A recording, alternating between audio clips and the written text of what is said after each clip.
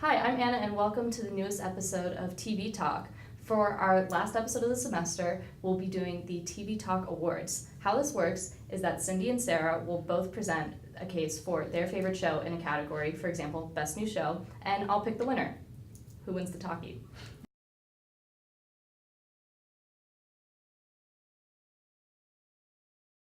So our first category is Best New Show, and the shows that qualify for this category are ones that are in their inaugural season and are brand new this TV season. So Cindy, what is your pick for Best New Show? So my pick for Best New Show is Shades of Blue, which stars the beautiful, super talented Jennifer Lopez. I like this show because it's really cool. There's a lot of female empowerment, a lot of cliffhangers, plot twists, and all that fun stuff. It's already renewed for its second season, so come on. And it's J-Lo, so that's my case. All right, Sarah. All things J-Lo. My pick for Best New Show is Quantico, and if you remember at the beginning of the year, I was not completely sold on this one. I thought they still had a long way to go, but they have totally turned it around. All of the characters have become more compelling. They're able to dive into everyone's backstories without it becoming this crazy thing where everybody has a secret past and did this. Everything feeds in so well. They're able to flash between past and present incredibly well. I'm in love with it. It's the best Shonda Rhimes show that she has not laid a finger on. It's just the best. It relies on plot. It doesn't rely on, trivial romances. They introduced new characters halfway through, which kind of seems like a cop-out, but they're just as committed to those people and have integrated them so well into the show. I can't wait for the second season. This is a tough one, but I'm probably going to have to give this one to Quantico, just because there's too many cop shows on TV. There's too many. True. So Quantico wins Best New Show. Okay. Quantico gets the talkie. I won't debate that. It's okay. Our next category is the most shocking show that was canceled this season. So to qualify for this, you have to be a pretty well-known show that got canceled and everyone's kind of upset and surprised about it. So, Sarah, since you won the last round, you get to go first this time. This one might be a little bit of a cheat, but it was a show that was canceled in this TV season, and that is Bones. Bones has been around for 11 years, and they decided that after this season, they're going to do a really short 12th season, and it's going to be over by the end of 2016. This is really upsetting because I've grown up with Temperance Brennan and all of the characters on that show. It's another one that has been able to have the characters change throughout time. They've killed off some characters, they've added some new characters, but the show has remained consistently good. The mysteries are always intriguing, the characters' personal lives, you really care about all of them. I feel like they're my family, and I'm going to be really sad to see this one go. All right, Cindy. So, the most shocking show for me that was canceled, at least one of them, was Rizzoli and Isles. So Rizzoli and Isles has been on air for 6 to 7 years. I was really sad to hear about it being canceled just because I thought that it could have gone for a few more seasons.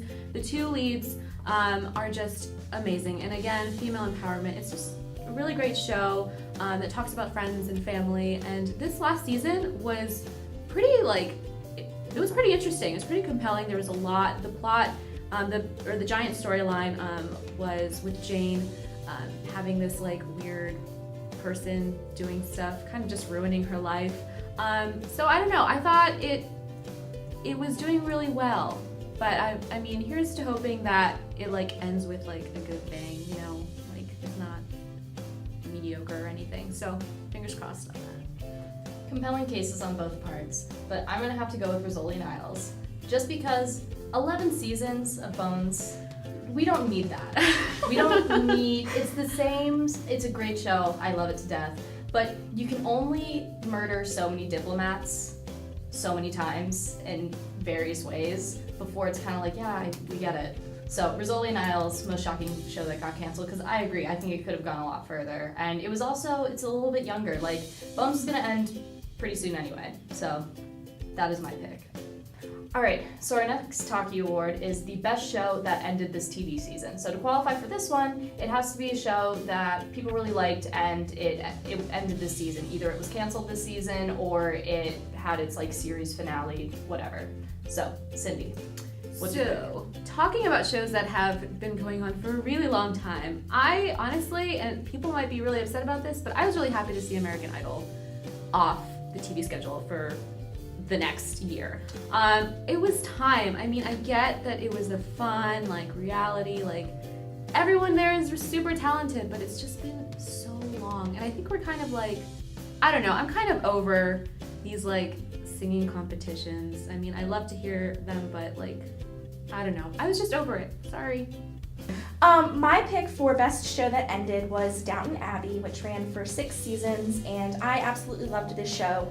And my Sunday nights are going to be a lot emptier and a lot lonelier without the Crawley family to keep me company. But I think Julian Fellows made a good choice in making sure that most of the original cast was able to come back for one last season. He was able to wrap up all of the major plot lines that had been carried for, the 12 years that the show covered. And it ended with a bang. Everybody was happy. It was probably, in my opinion, one of the best series finales I've ever watched, as far as I didn't have any unanswered questions and I wasn't upset. I was able to make peace with the fact that Downton Abbey had ended, and I think it was a smart move on his part because he always has the option to revisit the show in different ways, do a movie, but the masterpiece classic Downton Abbey is over, and I'm happy about that.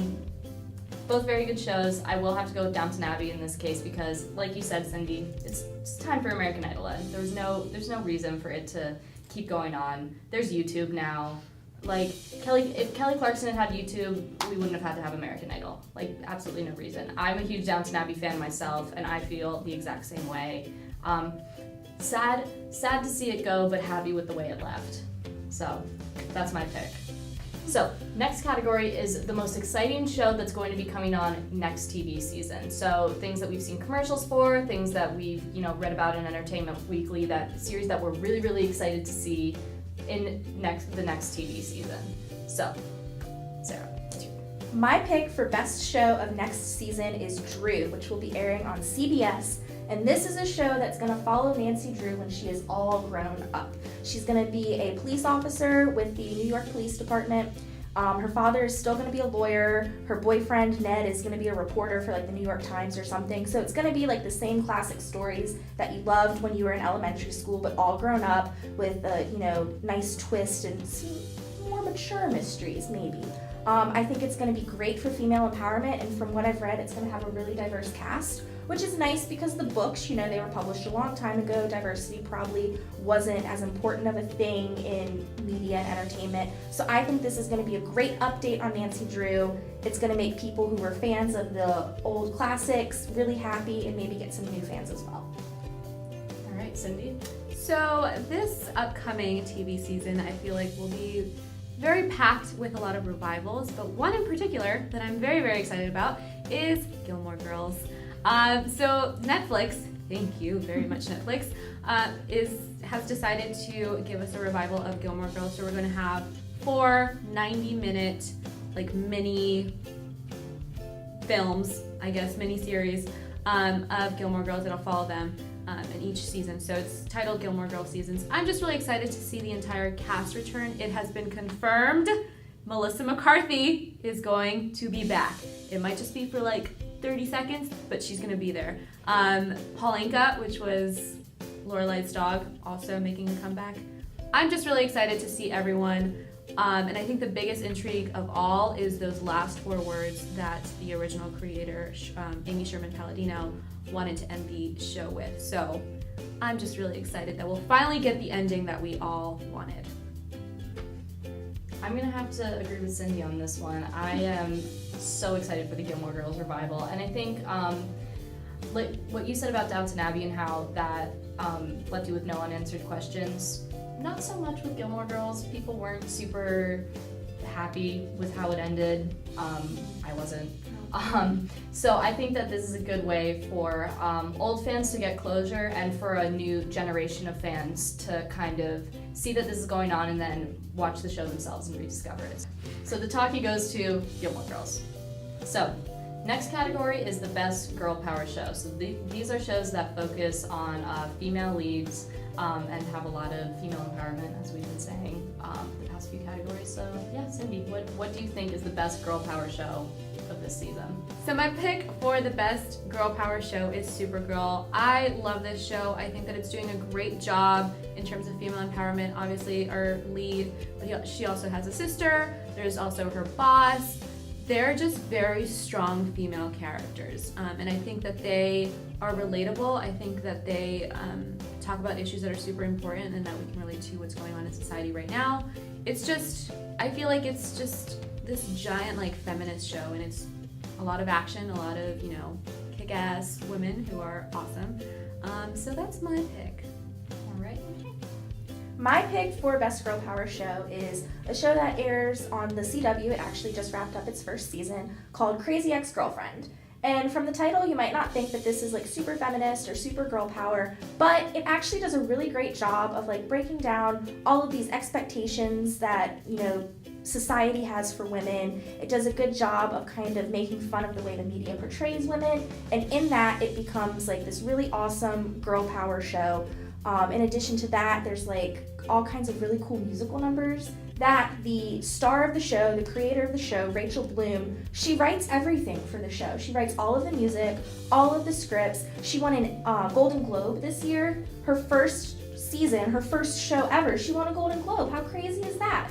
She's just really cool. I think the show is doing a lot of good things, tackling important issues that we need to talk about today. Got renewed for a second season, so we have more girl power to look forward to next year.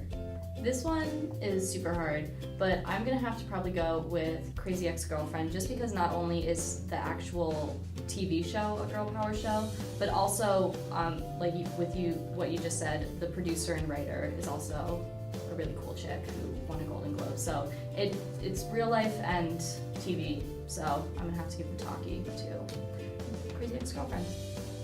So our next category is Best Binge Watch, which is pretty self-explanatory. So Cindy, take it away. So my pick for Best Binge Watch is the show The 100. I love this show. It's currently in its third season, so there are a few episodes that you have to catch up on, but it's doable. I love it. It definitely has female empowerment, a lot of plot twists. I mean, it's certainly right now going into more sci-fi, into the more sci-fi aspect of the premise of the show, but I mean, I love it. The 100 really just is very compelling. There's, again, a lot of action, a lot of things happen, plot twists, the storylines are really interesting, and I think that each character has, they have a story and they have some kind of thing that's very compelling about them. So there's not really a character that you hate until like this season. It's a very intriguing show to watch, for sure. My pick for Best Binge Watch is also a show that airs on the CW, and it is The Flash. Now, I put this one off for a long time, but I finally decided to break down and watch it, and kind of ashamed to say this, but I did like 30-something episodes in a very short amount of time over winter break. Very productive, I know. And just what impressed me so much was how watching all of the episodes back to back or in close time, you can see like how well the story moves and how they've carefully plotted out everything. So like each episode, there's like some key thing that happens, but there's never really any downtime. There's not any episode where you're like, man, I could have skipped this one because nothing happened.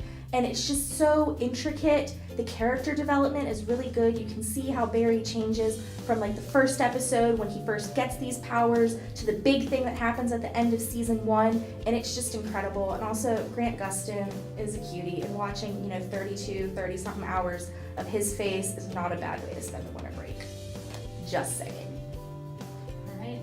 Two pretty good shows. I'm gonna probably have to give this one to The 100. I really like that show, so I'm a little bit biased, but disclaimer, there is a lot of controversy going on with The 100 right now, so if you're against that, maybe don't watch it, but it's a very good show, super sci-fi-y, very very intriguing, and it's also a break from reality, I guess. Yes. Like it's so fantastical that it's just kind of a nice thing to like zone out and watch. So the talkie goes to The 100, not the 100, the 100. All right, so the next category is best guilty pleasures. So these are shows that maybe we don't love to talk about how much we love them, but we do. It's just a little bit of a secret. So, Sarah, what is your favorite guilty pleasure show? My favorite guilty pleasure is Dancing with the Stars. I adore this show. I have watched every season. I think we're in like season 23 right now. It's just the best for Monday night. Like, you get home from work or school, and you're just really tired. You can sit down and you can watch people dance poorly. And it's really funny, but at the same time, it's also really inspirational. I mean, this season, they have their second deaf contestant, and he is by far the best dancer on the show. And I get teary-eyed every week when I see how much he's improved, and just, like, it's funny to watch when they dance poorly at the beginning, but to watch people improve themselves over the course of 10 weeks, it's oddly very inspiring. And you're like, yeah, 10 weeks, I can get an A in my organic chemistry class. Like, I can crush this. And it's just funny, and like, you get to know the judges' personalities and the professional dancers, and you're like, oh, I want, her to dance with Val and not Keo. Or it's like very gossipy, and you like get protective of these people, and you want things to turn out for them. And so I love Dancing with the Stars. I'm never gonna stop watching it. I'm gonna keep voting for my favorites. Niall and Peta, you've got this season. You're gonna win it all. Cindy, what is your pick? So my pick is, okay.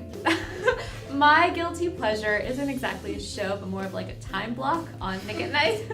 From 10 p.m. to 1 a.m., they do reruns of Full House and Friends. And let me tell you something. I am very dedicated to that time block. When I'm home during that time, I will turn on the TV and I will have those playing in the background. And then, especially when Friends comes on, that's like, I'm in bed and I'm like, my focus is on Friends. I love watching the reruns.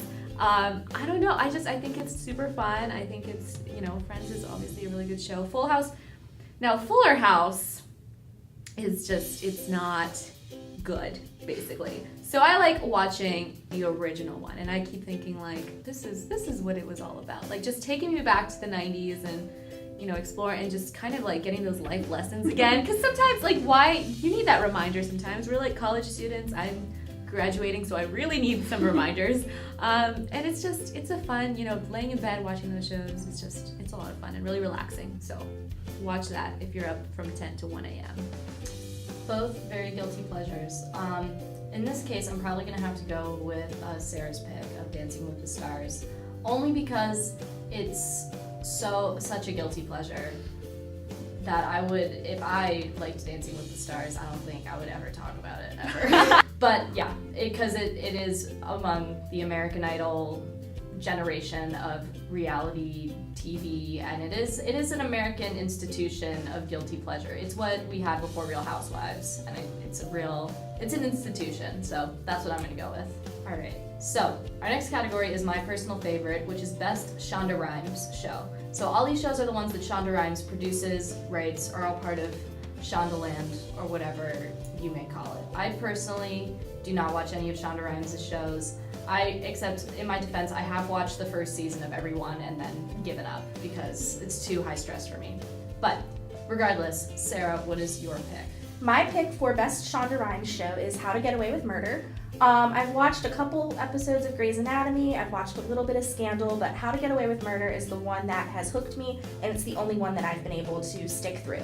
I just think it's a really interesting concept. It was one of the first shows that I ever watched that did the kind of like flashback and then flash forward, and was really kind of messy with the timeline. And it was really intriguing because, you'd watch this episode and then in the last like 2 minutes, they'd like jump back 5 years and you're like, oh my gosh, what just happened? I think having a smaller group of characters, like kind of the Keating Five, and then, Annalise and Bonnie and Frank, it really helps you get invested because you're not trying to keep track of this like food web of relationships that's happening, and you can focus more on the plot and like not who's dating who, which I like more than, a good romance. So I just think it's really interesting, and in my opinion, it is the best one out there. So my pick for Best Shonda Rhimes Show, which by the way, I love them all except The Catch. I haven't watched that yet. I don't really know if I'm like intrigued by that. Anyway, would be I have to stick with number one, Grey's Anatomy. Only reason because Scandal is kind of driving me nuts right now. How to Get Away with Murder. We're going against each other, so I can't pick that. But Grey's Anatomy, it's been going on for so long, and I see the end coming. Like, it has to come soon. But every season, there's just something that is compelling, something that just brings me back to it. Some storyline, whether it's just like one, couple in particular, or there's just someone dies or anything like that.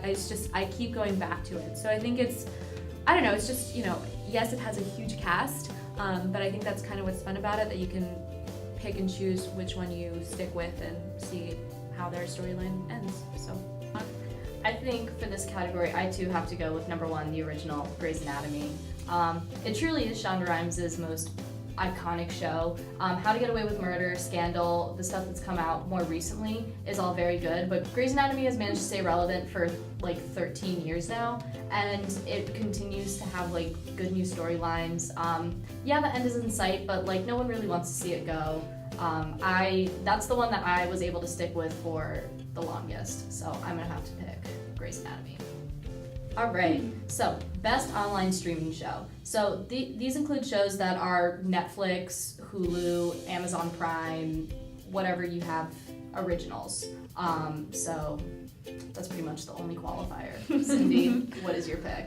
So my pick for this category is Unbreakable Kimmy Schmidt, just because it's super funny. Tina Fey, bless her soul, has provided us with a great comedy show. I think that the original story of her being in this place for however many years and then coming out, I don't know, I think it's just a really funny premise of the show, and I don't know, I've enjoyed it very much, so that's my pick. All right, Sarah. Okay, my pick for best online streaming is a sharp contrast to Unbreakable Kimmy Schmidt, and that is House of Cards. I just think that it's really interesting that a show can be so popular nowadays and still bring people together. I mean, now with social media, you can be on your Facebook or your Twitter and just write about whatever show you're watching, and that maybe eliminates getting together with friends at lunch or the water cooler if adults still do this, and talking about whatever you watched last night.